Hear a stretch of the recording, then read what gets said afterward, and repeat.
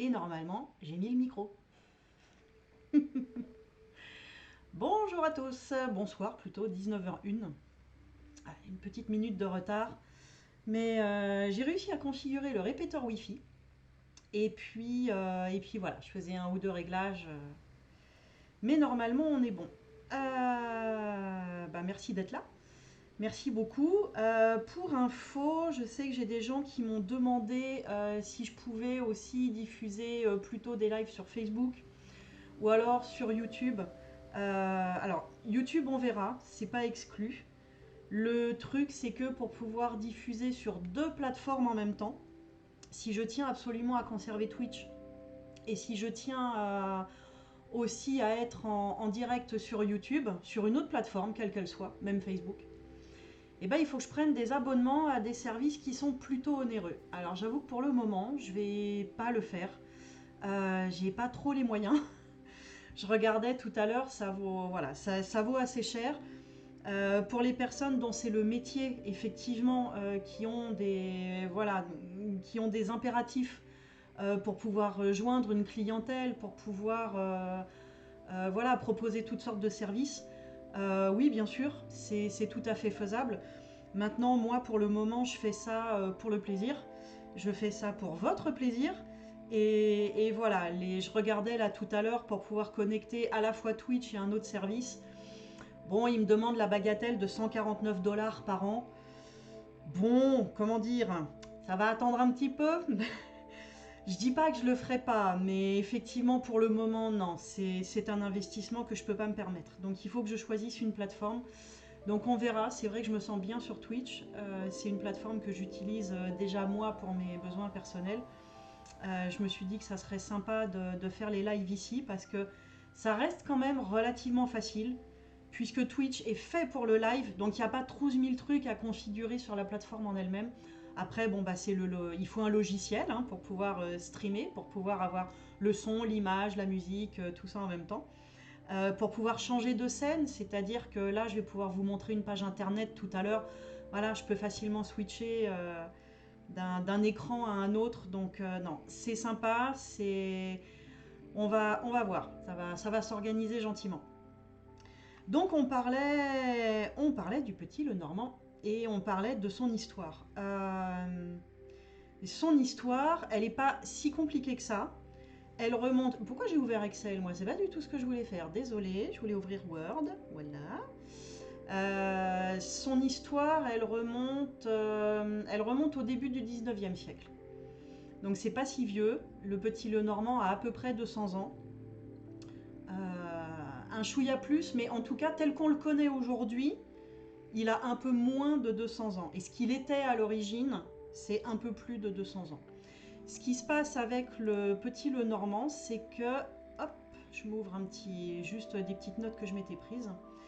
Euh, Au tout début, à la toute fin du 18e siècle, début du 19e, on va dire aux alentours de 1800, c'était un jeu qui était joué dans les bars, dans les troquets, euh, et qui n'était absolument pas un jeu divinatoire. C'était un jeu qui pourrait s'apparenter au jeu de loi, on va dire ça comme ça, même si on n'a pas, enfin j'ai pas la règle exacte en tout cas, mais de ce que j'ai lu, elle peut se retrouver dans des manuscrits anciens. Et voilà, c'était un jeu auquel on jouait dans les bars, alors bon, essentiellement les hommes, hein, même si les femmes fréquentaient aussi ce genre d'établissement. Et voilà, c'était un jeu pour gagner de l'argent, pour jouer de l'argent, et qui s'apparentait a priori donc au jeu de loi. Il est devenu progressivement un jeu divinatoire, et on en trouve la première trace en tant que jeu divinatoire aux alentours de 1840. Donc vous voyez, ça commence à remonter quand même un peu. Je vous dis, ça fait quasiment 2 siècles. Et, euh, et pour tout vous dire, ce jeu n'est pas français à la base, du tout. On a les sources historiques. Je vais même vous montrer tout à l'heure une page du British Museum où on a l'un des premiers exemplaires. Ce jeu est allemand. Et il s'appelait, que je ne dise pas de bêtises parce que j'oublie régulièrement, Das Spiel der Hoffnung. Alors, pour les noms germaniques, en anglais, The Game of Hope, et en français, Le jeu de l'espoir. Moi, je l'appelle jamais en français, donc ça me fait presque bizarre. Moi, je l'appelle toujours Game of Hope. Mais voilà. Et donc, son premier nom, c'était Das Spiel der Hoffnung. Donc, aux alentours de 1800, joué dans les bars comme étant un jeu de société, un jeu pour jouer à des jeux d'argent. Et qui progressivement, un peu comme le jeu de 32 cartes, un peu comme la cartomancie classique, a progressivement été détourné en jeu divinatoire. Donc vous me direz, mais qu'est-ce que vient faire un jeu allemand avec ce que nous, on connaît depuis des lustres et qui en plus porte le nom d'une célèbre cartomancienne française? Eh bien, le marketing, ça fonctionnait déjà très très bien à cette époque-là. Ce qui se passe, c'est que Mademoiselle Lenormand était effectivement une cartomancienne française, connue pour son époque, alors pas forcément connue du très grand public, mais connue de la classe moyenne et de la haute société. Dit-on, elle a été la cartomancienne de Joséphine de Beauharnais. Donc elle avait son petit succès d'estime, qui potentiellement pouvait dépasser les frontières, parce que les gens de la haute société allaient plus facilement d'un pays à un autre. Et donc, ce jeu allemand, né au début du 19e siècle, qui progressivement s'est transformé en jeu divinatoire, on a la preuve, on a une parution qui atteste de ce jeu comme étant devenu un jeu divinatoire aux alentours de 1840-1850. Et c'est à ce moment-là qu'est né Das Spiel der Hoffnung. Et assez rapidement, il y a eu une traduction française.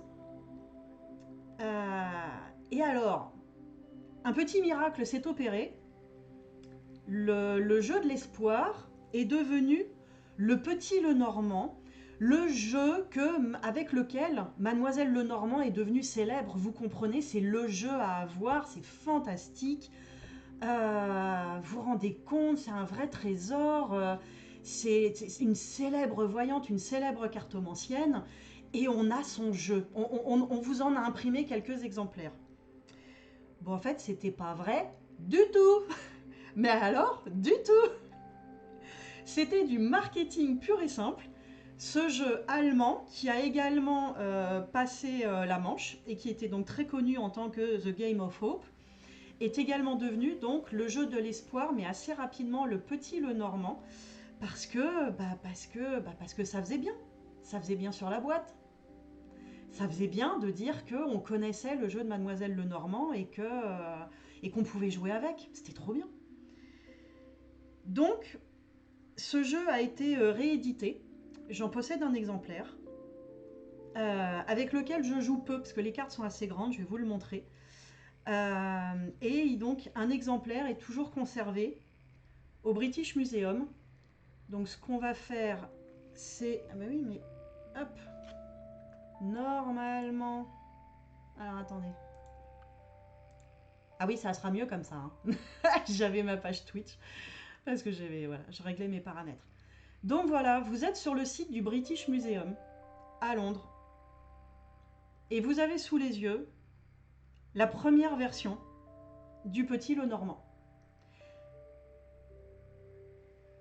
Auparavant appelé The Game of Hope ou auparavant appelé Das Spiel der Hoffnung. Donc vraiment, c'est un jeu allemand, vous le constatez, hein, je ne sais pas si on voit le pointeur, à chaque fois je me pose la question, mais sur la gauche vous le voyez très bien, Title, Series, Das Spiel der Hoffnung.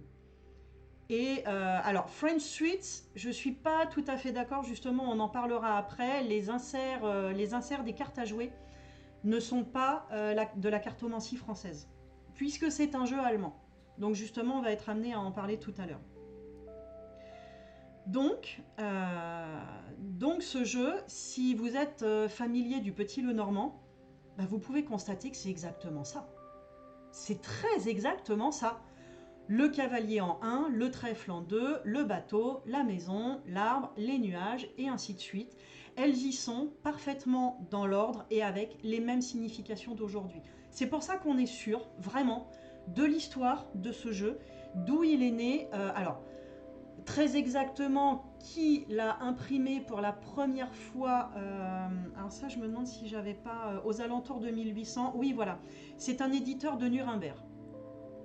Voilà, les jeux de cartes étaient devenus vraiment pas à la mode, c'est pas ce que je veux dire, mais enfin, l'imprimerie n'était plus réservée aux gens extrêmement riches. Tous les marins, toutes les personnes de classe moyenne ou de la haute société avaient un jeu de cartes. Il y avait plein de jeux déjà qui existaient à l'époque. Donc les jeux de cartes étaient quand même assez répandus. Et donc c'est un éditeur voilà, de Nuremberg, Billing Dietz, et qui l'a publié pour la première fois en 1800. Voilà, voilà. Et donc si je repasse, voilà, avec la cam, je me remets, voilà, mon desktop, et, ben, je vais vous montrer l'encre, hein, c'est la première qui me vient sous la main.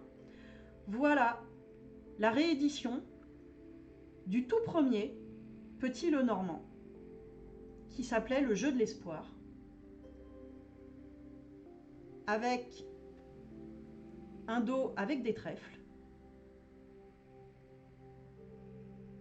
Étonnant d'ailleurs, parce que les trèfles n'ont pas bonne presse, on va en parler tout à l'heure, mais les trèfles n'avaient pas bonne presse du tout.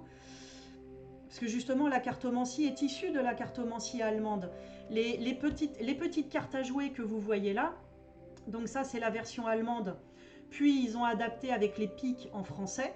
Donc à l'époque c'était des feuilles, en Allemagne en tout cas c'était des feuilles. Et donc on voit très très bien, donc il y a eu adaptation avec les symboles à la française, mais pas du tout la signification à la française. C'est pour ça qu'on ne peut pas adapter, ceux qui pratiquent le jeu de 32 cartes ne peuvent pas adapter la cartomancie française telle qu'ils la connaissent avec un jeu de Petit Lenormand.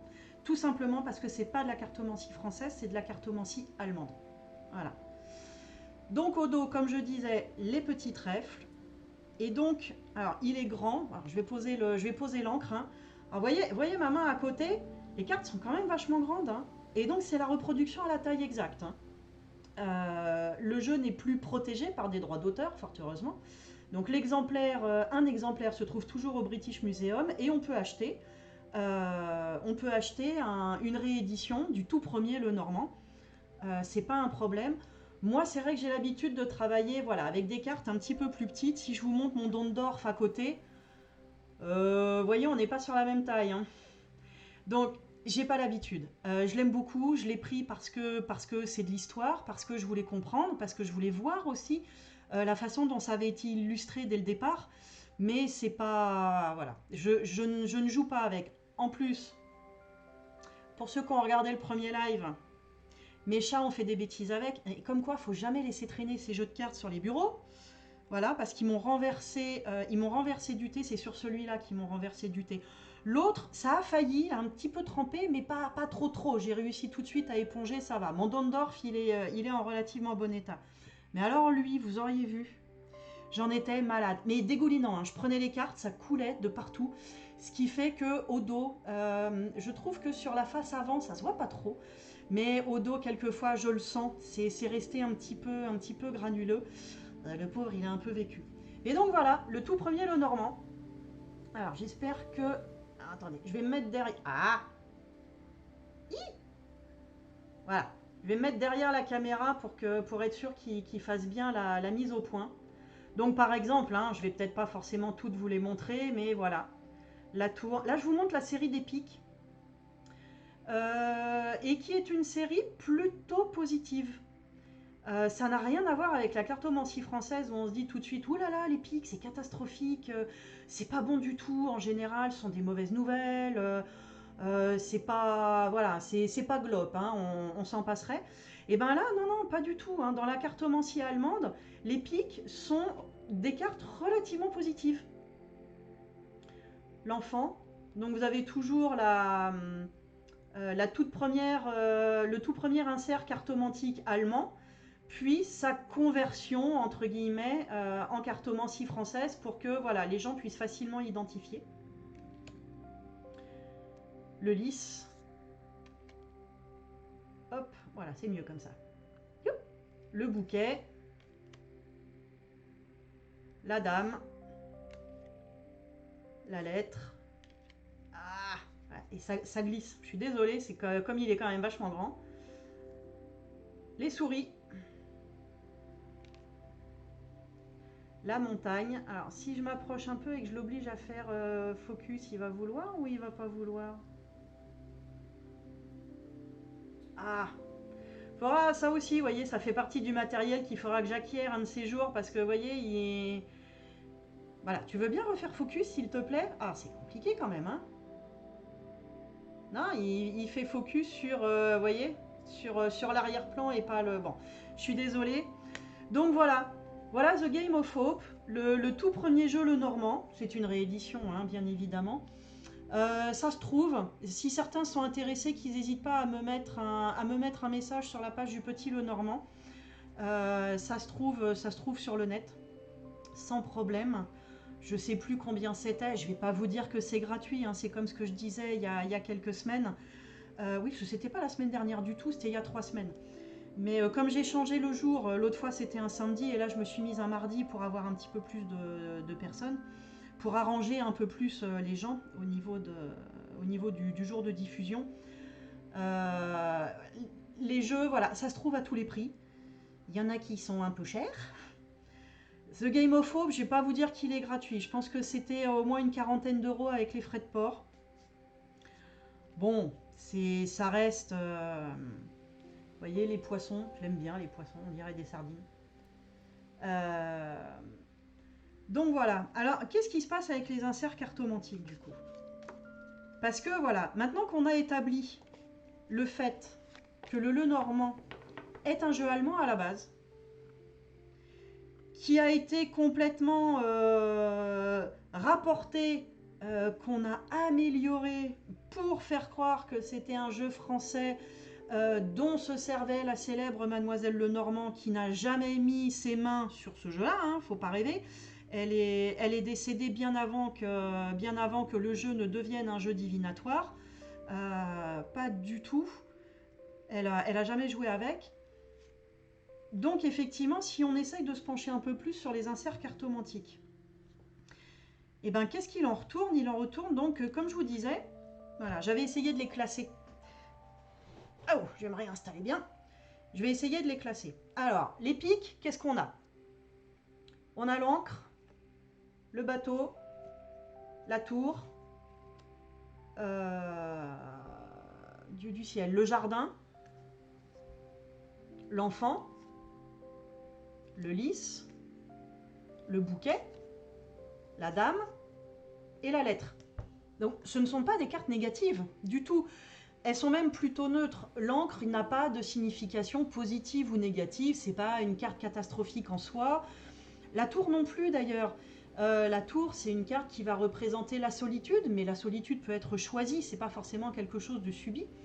Ça représente aussi les administrations, les trucs d'État.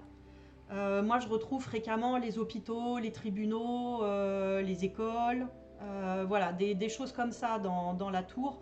Mais plutôt les hôpitaux, les tribunaux, les centres des impôts. Vous voyez ces choses-là? Ce que j'appelle les trucs d'État. Voilà, ça c'est vraiment raccord avec la signification de la tour. Donc c'est pas négatif en soi. Le bouquet, c'est une carte vachement positive. Donc les pics, je vais vous remontrer d'un peu plus près. Je vais vous montrer le bouquet parce que c'est un petit peu plus sympa que la carte du... Ah, je suis désolée pour le focus, c'est pas encore au point, mais on va dire que c'est pas tout mal. Bon. Donc vous avez la reine à l'allemande et la reine de pique à la française. Alors, je ne pratique pas la cartomancie avec les jeux de 32 cartes. Donc, je ne sais pas vous dire ce que représente une dame de pique. Ce que j'ai cru comprendre, en tout cas, c'est que c'était pas une dame très sympathique du tout. Alors que là, il n'y a aucun problème. Au contraire, le bouquet, c'est le cadeau. Ça peut être un vrai bouquet de fleurs, hein, d'ailleurs, au sens propre du terme. Souvent, hein, le normand, il faut d'abord partir du sens propre de la carte et après, on peut commencer à dériver avec des archétypes, avec des symboles, mais voilà, ça peut être tout à fait un bouquet de fleurs, donc c'est plutôt sympa. Ça représente une femme aussi, mais qui peut être assez jolie en général. Ça peut même être une rivale. Je l'ai déjà vu dans un tirage. Mais une rivale qui ne vous veut pas de mal. Bah, simplement, quelquefois, la vie fait que, bon, quand les couples ne fonctionnent plus très bien et que monsieur regarde une autre dame, bah, la dame peut être très jolie et c'est pas pour ça qu'elle vous veut du mal. Elle va le faire, mais de façon indirecte. Donc, en général, le bouquet, oui, c'est souvent une belle femme. Donc, vraiment, c'est de ça dont je voulais vous parler ce soir parce que c'est super important. Et on ne peut comprendre ça que si l'on sait que le Lenormand est un jeu allemand à la base et non pas français. Ne partez pas de la cartomancie française. Vraiment pas. Vous n'y arriverez pas. Je reprends mes notes parce que justement, je voulais vous dire un truc bien particulier. Hop. Voilà. Donc les pics. Voilà. Je reprends la lettre pour pouvoir vous montrer. Hop. Je me regarde dans le retour Twitch. Donc les pics, vous voyez, à l'allemande. Oh, il a fait la mise au point. Bah dis donc, c'était quand même pas trop tôt. Voilà, vous voyez, ce sont des feuilles.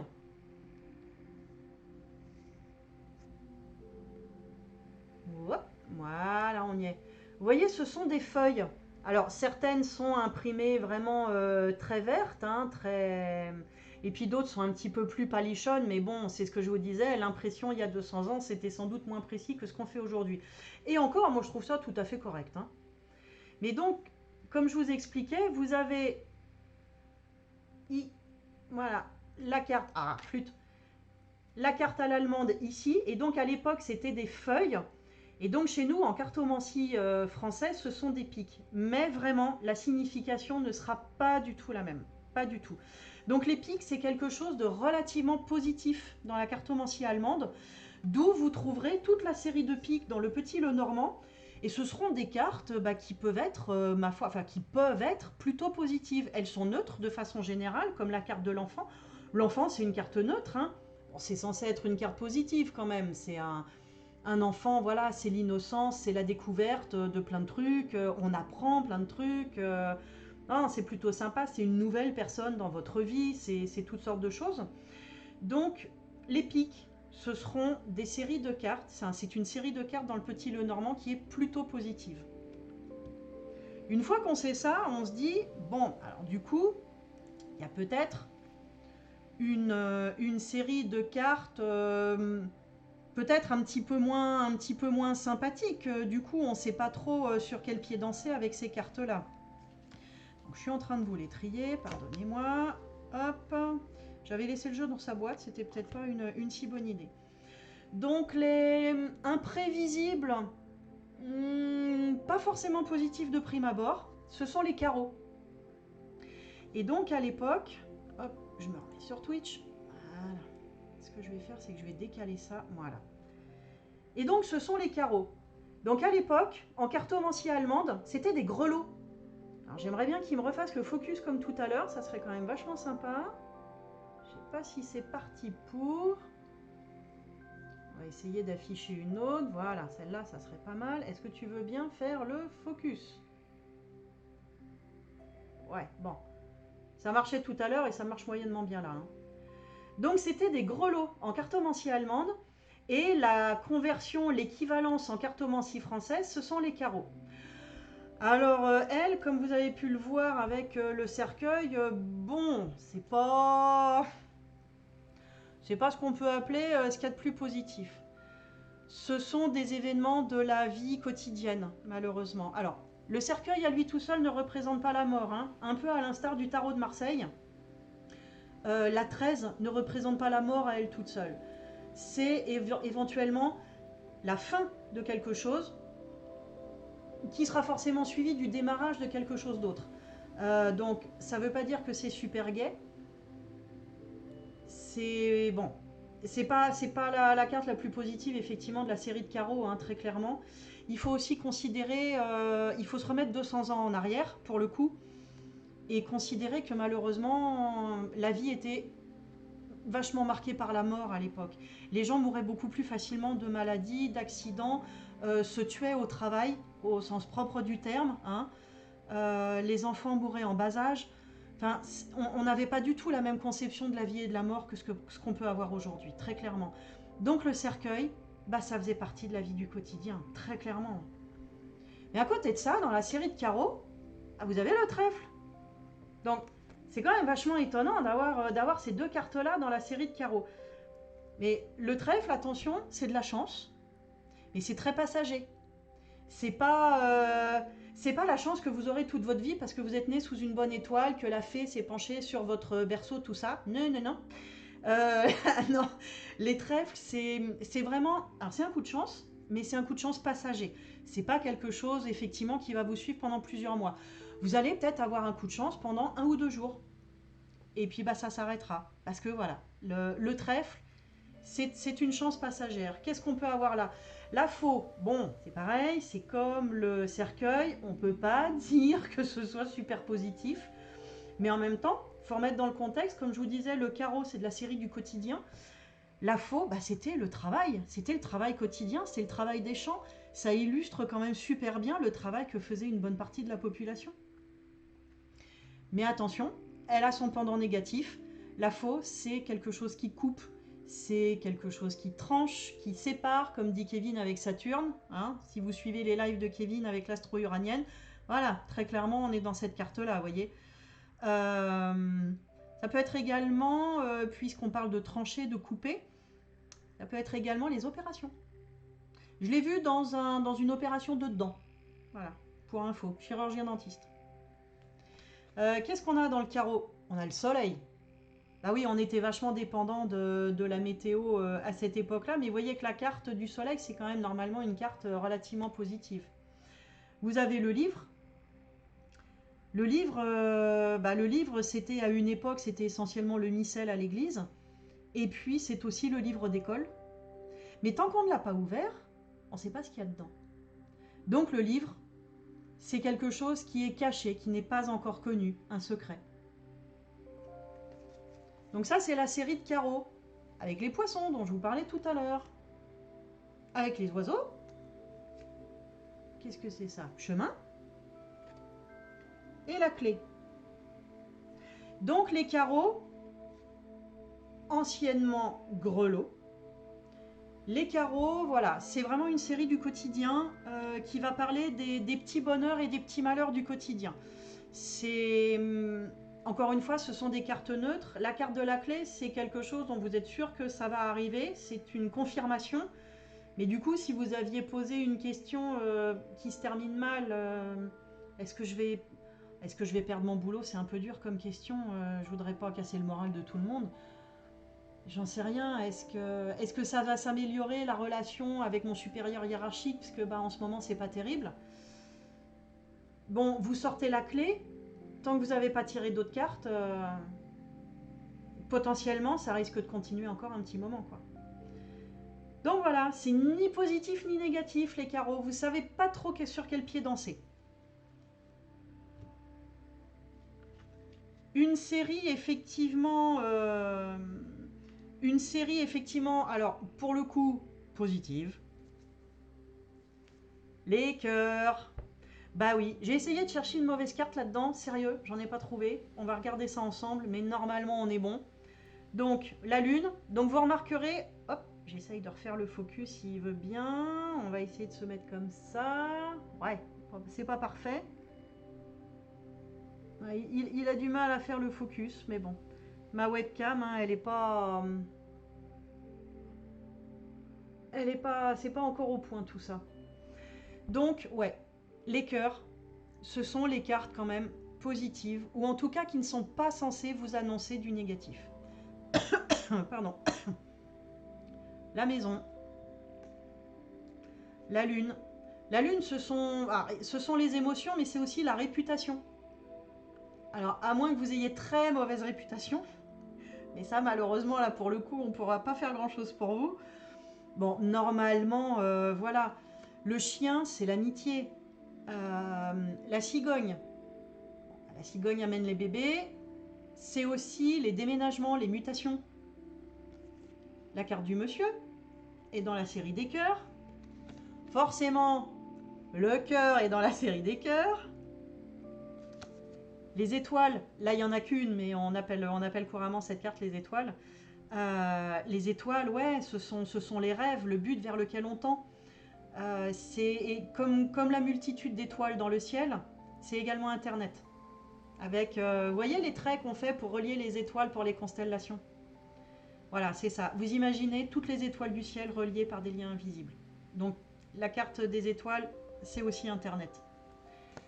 La carte de l'arbre, la santé, sa première signification, c'est pour moi en tout cas la santé. On parlera des écoles dans un prochain live parce que vous verrez, vous devez être en train de vous dire, mais certaines cartes, c'est marrant, je suis pas d'accord avec Prudence, moi je les voyais pas comme ça, les cartes du petit Lenormand, c'est quand même bizarre. Normalement, l'arbre, c'est la santé pour tout le monde, mais pas toujours. Bon, évidemment, ça a un lien avec l'arbre généalogique, les racines familiales. Ça, c'est quelque chose également de sûr et certain, et qu'on a en commun entre les Allemands et les Français.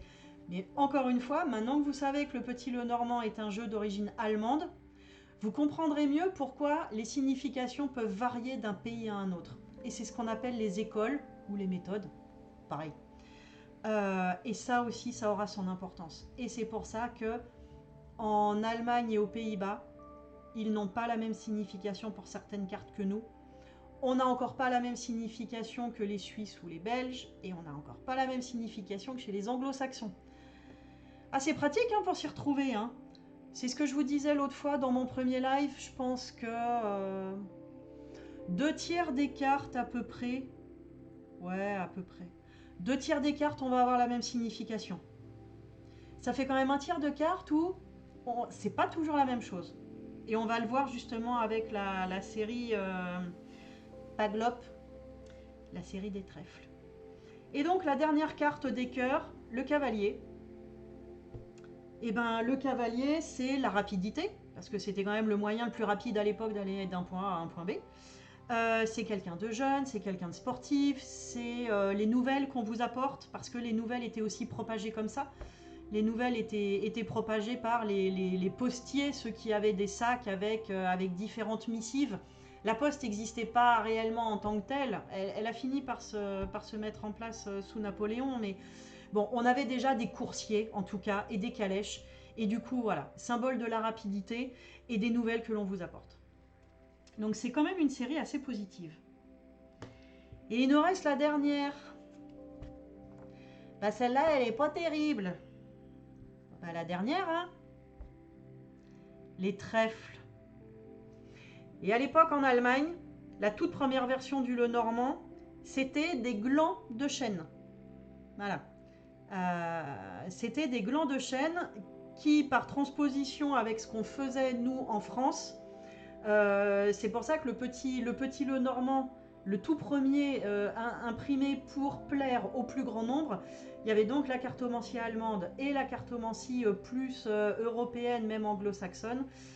Et donc, chez nous, c'était les trèfles. Et donc, vous voyez que là, la première carte que je vous montre, c'est la carte des souris. Alors celle-là, elle n'est pas positive. Hein. Enfin, ça va être compliqué de lui trouver une signification positive. Vous voyez, les souris, bah, c'est ce qui est grignoté. C'est la bouffe qui était grignotée par les souris réellement dans les cuisines. Donc, à l'époque, avoir des souris, c'était une vraie catastrophe, quoi. La nourriture était mise sous clé, dans des placards, sous des filets, des boîtes métalliques de protection. Ah ouais, non, les souris, c'était pas bien. Puis ça veut dire que la maison était sale, mal entretenue. C'est pas un bon symbole, très clairement. Donc c'est tout ce qui est grignoté, qui va s'éroder assez rapidement au fil du temps, au fil des jours même, au fil des semaines. C'est quelque chose qui va finir par disparaître, parce que ça a été grignoté petit à petit. C'est quelque chose qui tombe en lambeaux. Ouais, non, les souris, ça ne peut pas être une carte positive. Là, même si je réfléchissais très très longtemps, je ne suis pas sûre de lui trouver une signification positive. Un moindre mal, c'est la carte de la montagne. Bon, c'est pas forcément ce qu'il y a de plus plaisant, c'est un obstacle. Donc c'est clair qu'on s'en passerait. Voilà. C'est pas super, hyper négatif, mais enfin c'est pas top. C'est voilà, un obstacle qu'on a sur sa route et qui empêche d'avancer, qui empêche d'atteindre son but, qu'il va falloir soit gravir, soit contourner. Bah. Donc bon, question positive, voilà, on a vu mieux. C'est pas la carte la plus négative des trèfles. Enfin, bon, c'est pas top quand même. Alors, celle-là, elle est pas mal non plus. La croix. Bon, la croix, c'est pareil. C'est pas une carte positive. Ça peut difficilement l'être. La croix, c'est le fardeau. C'est en rapport direct, bien évidemment, avec la croix que Jésus-Christ a portée pendant la Passion, pendant qu'il montait lui-même sa croix qui allait devenir son supplice jusqu'en haut de la colline. Donc bon, c'est voilà, c'est un symbole de souffrance, de fardeau, de non, c'est pas une carte positive. Très clairement, quand on tire ça, ouais, c'est on en a gros sur la patate et on en a plein le dos, hein, vraiment. Donc là non plus, pour le positif, on repassera. Les nuages. Alors les nuages, c'est pas une bonne carte du tout. En tout cas, moi, la méthode que je pratique, hein, dont je vous parlerai une prochaine fois. Non, les nuages, c'est pas une bonne carte du tout. Les nuages, c'est quelque chose qui est flou. Kevin, dans son live hier soir, reparlait de Neptune qui apporte le flou le plus total et on ne sait absolument pas où on va. C'est la carte des nuages. Et du coup, bah, c'est pas une bonne carte parce que quand on ne sait pas où aller dans la vie, qu'est-ce qu'il faut qu'on fasse, à qui il faut s'adresser. Ouais, non, c'est pas super gai, quoi. Ça peut être une carte de flou mental.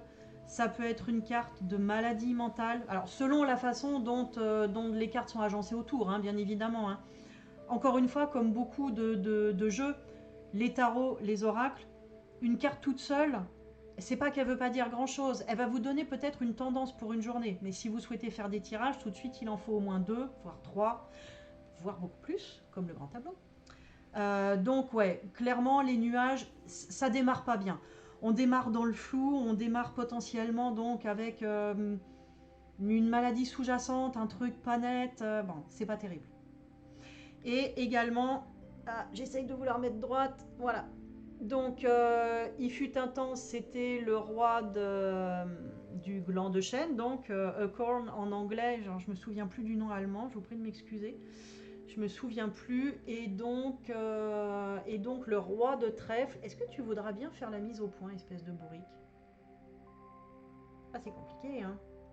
Bon, bah, vous êtes obligé de me croire sur parole, parce que la mise au point ne se fait pas bien. Donc c'est le roi de trèfle. Et le roi de trèfle, il se peut que ce soit un ex. Voilà, ça aussi, on s'en passerait.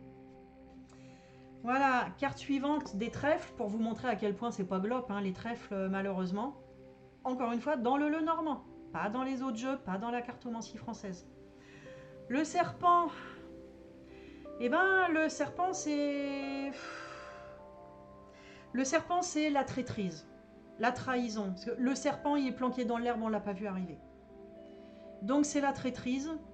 C'est également... alors comme pour le... Enfin, pas comme pour le bouquet tout à l'heure. Le bouquet, je vous ai dit que potentiellement, ça pouvait être une rivale, mais qui ne vous voulait pas de mal. Mais le bouquet, ça peut aussi être une carte de votre famille. Ça peut être votre grand-maman que vous adorez du plus profond de votre cœur. Ça peut être votre sœur. Ça peut être... voilà. Bon. Le serpent, voilà. Avec ses circonvolutions, avec voilà, ses anneaux, ses boucles, etc. Ce sont les emmerdes. Mais alors les trucs alambiqués, les trucs compliqués. Le serpent, c'est aussi la tuyauterie. Moi, j'ai sorti cette carte à une époque où j'avais une fuite entre mon compteur d'eau et ma maison. Ça m'a coûté une blinde. Et ben un peu de temps avant, je savais que j'allais avoir des emmerdes d'eau, mais je savais pas, alors qui, quoi, comment, hein, mais je savais que j'allais avoir des emmerdes avec mon circuit d'eau, avec la carte du serpent. Voilà, c'est cette carte-là qui m'avait averti. Et donc malheureusement, c'est aussi la carte d'une femme rivale. Bon, à surveiller en tout cas. Je l'ai encore sorti pareil récemment pour une amie qui m'avait demandé conseil. C'est comme ça que je me suis aperçue qu'il y avait malheureusement anguille sous roche. Bon, elle m'appelait parce que ça allait déjà pas bien. Elle n'était malheureusement pas étonnée. Bon.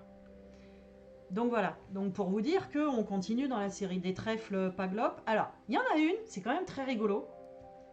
C'est l'anneau. Alors, est-ce qu'il sous-entendait que se marier, je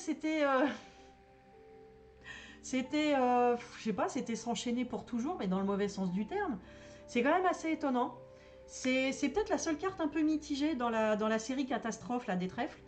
Euh, L'anneau n'est ni positif ni négatif en soi. C'est un contrat. Un mariage, c'est un contrat, hein, c'est un contrat entre deux personnes. Parce que vous pouvez vous aimer sans vous marier. Donc, si voilà, c'est un contrat entre deux personnes qui décident de s'associer pour le travail. Euh, L'anneau, c'est un contrat. Voilà. Vous passez un accord avec quelqu'un d'autre. Ou plusieurs autres personnes, hein, mais vous passez un accord. C'est peut-être la seule, ouais, effectivement, dont je pourrais dire que j'ai peut-être du mal à comprendre pourquoi elle se retrouve dans la série des trèfles. À la rigueur, je l'aurais presque vu dans la série des carreaux, vous voyez, les trucs du quotidien. Voilà, c'était quand même assez fréquent de passer un accord avec un autre agriculteur, avec un commerçant, de se marier, de... Bah, c'est étonnant, je sais pas. C'est la seule carte pour laquelle je dirais... Je peux quand même pas dire que l'anneau est négatif. Pas à fond, quoi, en tout cas, non. Ça peut, attention, mais comme la série de carreaux du quotidien. Bon. Donc voilà, c'est peut-être la seule carte des trèfles pour laquelle je trouve pas un truc catastrophique. Une autre carte trèfle, c'est la Verge. Donc là, par contre, ouais, non, c'est pas Glop. Ce sont les discussions houleuses, ce sont euh, les, les discussions ou les actes répétitifs. Mais de façon générale, ça peut entraîner, j'ai bien dit ça peut, mais ça peut tourner à la violence avec la Verge. Donc, ouais, non, c'est pas une carte positive en soi, ça c'est clair. En tout cas, elle est annonciatrice de discussions pas agréables, de toute façon. Hein, ça c'est sûr. Alors ça aussi, c'est un petit peu comme l'anneau, j'y mettrai des nuances, c'est pas une carte super négative, l'ours. L'ours, moi en tout cas, la façon dont je pratique le Lenormand, c'est le chef, c'est le pouvoir, c'est la force. Vous voyez la taille d'un ours. C'est comme je vous disais tout à l'heure, hein, le Lenormand, quelquefois, il faut le prendre vraiment au pied de la lettre. Vous voyez un renard, ben, ça peut être vraiment parce que vous allez faire une promenade cet après-midi ou demain en forêt, vous allez croiser un renard. Donc vraiment, le Lenormand peut être extrêmement littéral. Donc là, ça peut être un ours. Et effectivement, quand vous voyez la force et la taille que peut avoir un ours, ouais, vous comprenez pourquoi c'est une carte de puissance. Donc, qui peut être dévastatrice, mais qui peut ne pas l'être. Enfin, moi je dis souvent Mama Bear, comme disent les Anglais, c'est-à-dire la maman ours. Donc attention, hein, faut pas s'y frotter. Faut pas s'y frotter du tout. C'est aussi être très possessif. Moi je l'ai eu avec un responsable de service, avec un chef. Donc ouais. Une petite nuance sur celle-là. Pareil, je l'aurais peut-être classée dans les cartes neutres. À voir. À voir. Je ne la considère pas comme si négative que ça. Mais bon, en tout cas, il faut s'en méfier. Hein. Allez pas réveiller un ours qui dort. Clairement pas. Et la dernière, non parce qu'on a quand même eu les nuages, on a eu la croix, on a eu le serpent, on a eu la verge, on a eu le cercueil. Ah non, sérieux, la série des trèfles, hein, c'est pour ça que je vous dis, en cartomancie allemande, c'était la plus mauvaise série et c'est pour ça que les plus mauvaises cartes se retrouvent dedans. Et là, vous avez le renard. Alors donc le renard, euh, alors le renard, c'est là où vous verrez, c'est un peu comme la lune, où moi c'est la carte de la réputation, pour d'autres c'est la carte du travail. Alors si mes souvenirs sont bons, en version française du Lenormand, parce que je ne pratique pas la méthode française du Lenormand, encore une fois lors d'un prochain live, parce qu'il est déjà 19h45, je ne voudrais pas être trop longue, dans un prochain live, j'arrive plus à parler, je vais boire un peu de thé, excusez-moi, mais là ça commence à être compliqué. Voilà. Ça va mieux. Dans un prochain live, je vais pas. C'était compliqué hein, ce soir. Dans un prochain live, on parlera justement des méthodes, des écoles. Parce que, comme je vous le disais tout à l'heure, certaines cartes diffèrent et elles diffèrent quand même vachement. Pour les gens qui étudient le Lenormand à la française, il arrive que le renard soit la carte du travail. Pour moi, c'est la carte du rusé renard. C'est la carte du goupil. Donc, ça ramène quelque part aussi à nos comptines françaises, où le renard était systématiquement rusé et faisait prendre des vessies pour des lanternes à tout le monde. C'est ça le renard pour moi. Très clairement, ma première impression quand je tire le renard, c'est typiquement par exemple le commercial qui vendrait des frigos à des pingouins, vous voyez.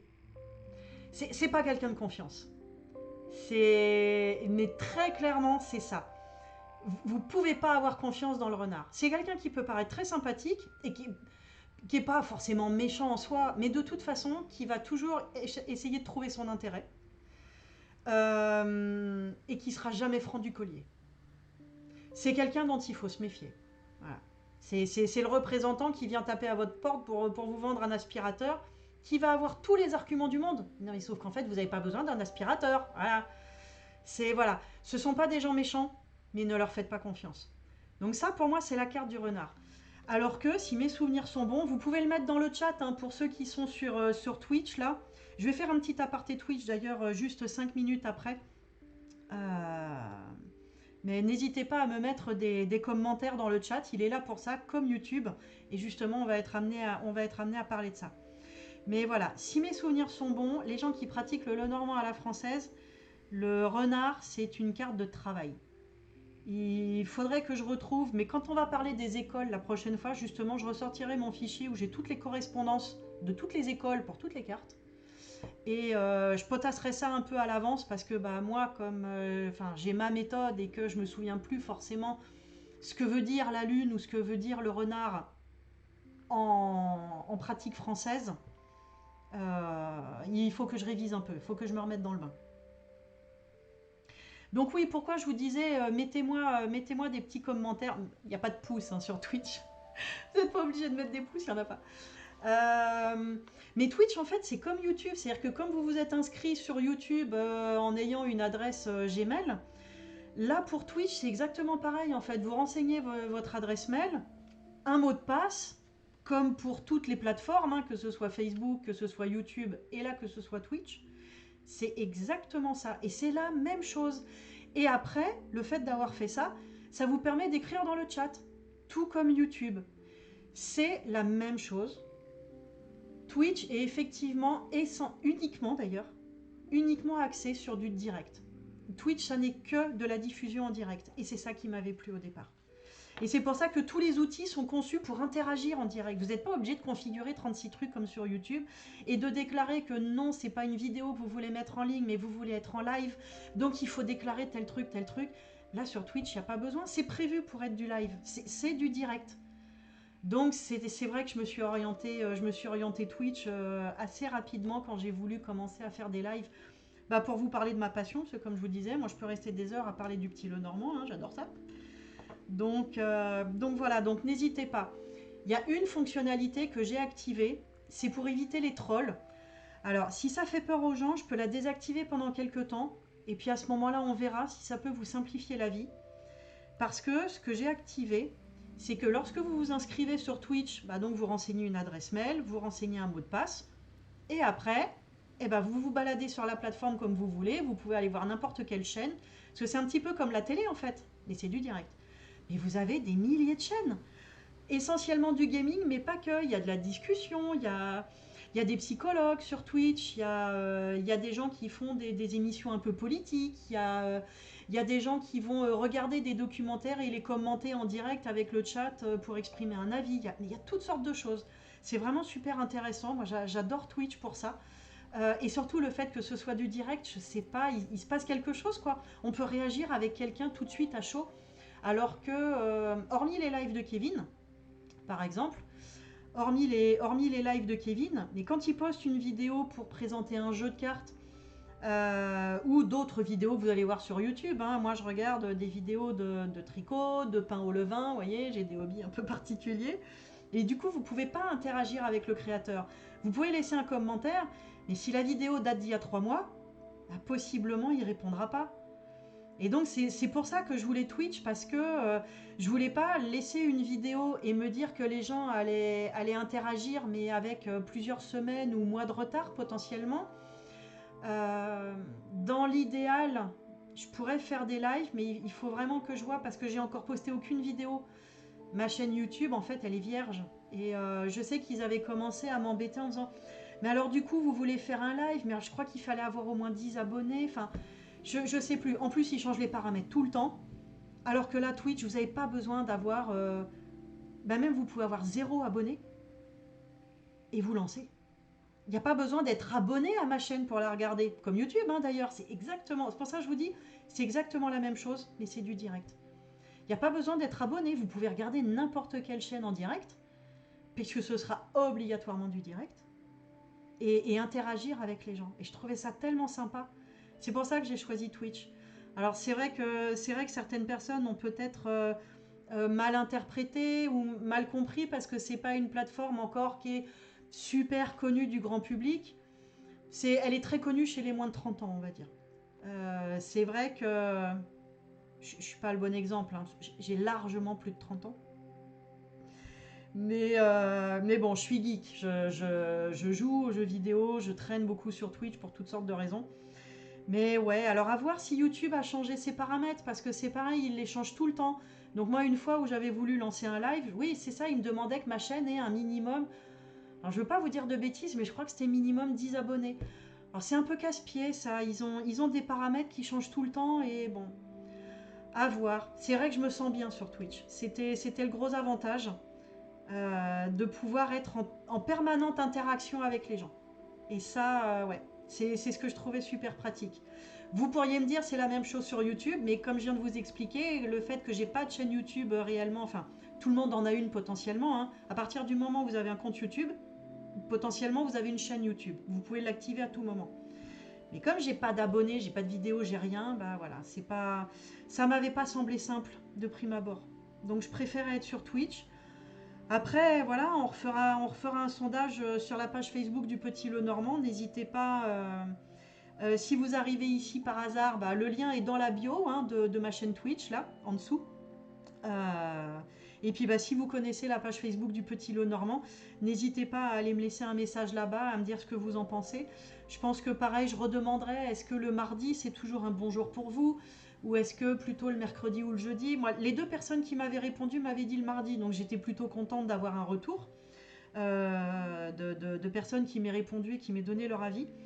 Donc voilà, n'hésitez pas, peut-être qu'effectivement, je désactiverai le fait d'obliger l'authentification avec le numéro de téléphone. C'est un paramètre auquel j'ai pas accès, hein. Je vous avoue que c'est pas pour moi du tout. C'est Twitch qui met ça en place. En fait, c'est pour éviter les trolls, c'est pour éviter le harcèlement. Voilà, c'est un paramètre de sécurité. Ça aussi, pour une femme qui fait des lives, qui se lance comme ça. Bon, alors à mon âge, je vais pas trop me faire harceler. Mais il y a eu beaucoup d'histoires, il y a eu beaucoup de problèmes. Donc, puis c'est vrai que les trolls, ça existe, hein, quand même. Bon, je la désactiverai peut-être de façon à ce que tout le monde puisse très facilement s'inscrire sur Twitch et du coup se retrouver sur le chat et puis qu'on puisse échanger autour du petit Le Normand. Bah écoutez, je vous montre la boîte, hein, pour terminer, la boîte du Das Spiel der Hoffnung, le tout premier Le Normand, on va dire ça comme ça, la première version en tout cas qui est existée et qui a donc commencé à être édité aux alentours de 1800 en Allemagne, puis est devenu un jeu divinatoire, toujours en Allemagne, et puis qui, par le truchement du marketing, s'est dit que finalement, si on lui mettait le nom du petit Le Normand, oui, oui, le Normand original, oui, bien sûr, oh bah, ça fait bien, hein, c'est vendeur sur le paquet. Donc voilà, c'est Mademoiselle Lenormand n'a jamais posé ses mains sur ce jeu, mais c'est pas grave. Il est tellement intéressant, il est tellement précis, il est vachement sympa. On discutera aussi une prochaine fois, donc peut-être en même temps que les écoles méthodes d'ailleurs, l'importance de commencer, comme je vous disais au début, avec des imageries peut-être un peu vieillottes, hein, pour certains. Ils vont se dire, bon, purée, un bateau. À part faire de la plaisance ou aller à la pêche, de nos jours, plus personne n'utilise un bateau quoi, pour se déplacer. Mais justement, comme à l'époque, c'est pour vous donner juste un petit truc, comme à l'époque, les voyages en bateau étaient très longs. Les marins partaient pour des semaines, voire des mois. Ceux qui partaient à la pêche, en tout cas, partaient pour plusieurs jours, voire même semaines. Vous entrepreniez un voyage, ça durait des mois. Les familles attendaient pendant ce temps-là, ça leur semblait une éternité. Et ben, c'est aussi une signification du bateau. C'est justement le fait que ça prenne du temps, que ça traîne en longueur, que ça aille pas aussi vite que ce qu'on voudrait, et qu'il y ait quelque part une attente, soit un peu désespérée quand on est amoureux et qu'on attend que l'être aimé revienne, soit une attente fébrile parce qu'on attend des marchandises, ou on attend de savoir si on va être payé parce que les marchandises ont été vendues à l'autre bout du monde. Donc vous voyez, il y a une signification de temps qui n'existerait pas si on mettait un avion à la place. Alors, une fois qu'on connaît bien ces cartes, on peut se permettre de prendre un jeu, entre guillemets, n'importe lequel après. Voilà. Un jeu avec une iconographie peut-être un petit peu plus moderne. J'en ai pas là. Ah si, j'ai le Maybe. Ouais, si, j'ai le Maybe. Et je crois que justement, je me demande si c'est pas un avion. Je me demande, hein, je vérifie rapidos. Le Maybe, le Normand, pour ceux qui se demandent, excusez-moi, je vous ai même pas montré la boîte. Voilà. Et c'est ce petit jeu avec cette iconographie un petit peu plus moderne, vous voyez. Vous voyez, c'est un petit peu, voilà, c'est un petit peu plus moderne. Oh, c'est flou, hein. Je suis vraiment... Ah si, c'est un petit peu mieux quand même. Et pour vous dire, je me demande si c'est un avion ou un bateau. Je me souviens plus. Je vais essayer de regarder ça vite fait avant de vous laisser. Et je me demande, j'ai un doute. Les chemins, la lune. J'ai l'autre paquet de cartes. L'encre. Ah bah non, c'est un bateau. Non, il n'y a pas à dire, c'est un bateau. Ça a son importance, vraiment. Le bateau, ça signifie que les choses vont prendre du temps. Ça va venir. Le commerce, le fait de faire un voyage, le fait d'attendre une réponse, d'attendre que quelqu'un revienne, ça va venir, mais ça va prendre du temps. Et voyez comme quoi, voilà, ça a son importance, tout ça. Donc je conseille toujours de prendre un Lenormand avec une iconographie un petit peu ancienne au début. J'ai pas rangé son livret. Son livret est bien fait, hein, puis il est quand même relativement épais. Bon, c'est pas un jeu... J'ai pas mal tiré avec. Au final, c'est pas mon préféré au quotidien. Mais bon, je l'ai et je le garde dans ma collection parce qu'il est quand même vachement sympa. J'en ai plein d'autres, il faudra que je vous montre ça un de ces jours, parce que des Lenormand, comme je comptais l'autre fois, j'en ai quand même une douzaine. Et encore, ça va, je suis raisonnable. Mais j'aurais envie d'en avoir beaucoup plus, hein, mais bon. Donc ouais, non, ça reste un bateau parce que le bateau n'aura jamais la même signification qu'un avion. Et il y a plein de choses comme ça dans le petit Lenormand qui ont leur importance. Donc on sera amené à en reparler une autre fois. Je vais vous laisser ici. Je vous remercie d'être passé. J'espère que ça vous a intéressé. N'hésitez pas, encore une fois, à vous inscrire sur Twitch. Comme ça permet de mettre un petit message dans le chat. Ça fait toujours plaisir. N'hésitez pas à me faire un retour sur la page Facebook du Petit Lenormand pour me dire ce que vous en avez pensé. Je vous souhaite une très bonne soirée. Moi, je vais aller préparer à manger pour mon schtroumpf et moi. Puis nourrir les chats aussi, parce que je sens que ça commence à miauler là derrière la porte. Je vous remercie infiniment d'être passé. J'espère que ça vous a intéressé. Et puis, je vais revenir, je pense, je sais pas, d'ici une quinzaine de jours à peu près, parce que toutes les semaines, bon, c'est pas toujours facile avec l'emploi du temps au quotidien. Mais peut-être, ouais, dans 2 semaines, dans 3 semaines, on verra où j'en suis, parce qu'il va y avoir le passage du bac à la maison. Donc voilà, je vais essayer de pas trop distraire pendant les révisions. Mais je vais voir ça. Je pense qu'on se retrouvera avant la mi-juin certainement, et puis on discutera des méthodes et des écoles du Petit Lenormand, et vous verrez à quel point c'est intéressant. Alors, on pourrait se dire qu'on va s'y perdre. Oui et non, on en choisit une, on s'y tient, et du coup on n'est plus perdu. Donc certainement ce que vous faites si vous pratiquez déjà le Lenormand à la française. Je vous fais un gros bisou, je vous remercie infiniment d'être passé par là, Et puis bah, on se retrouve très bientôt. Bonne soirée les gens, salut!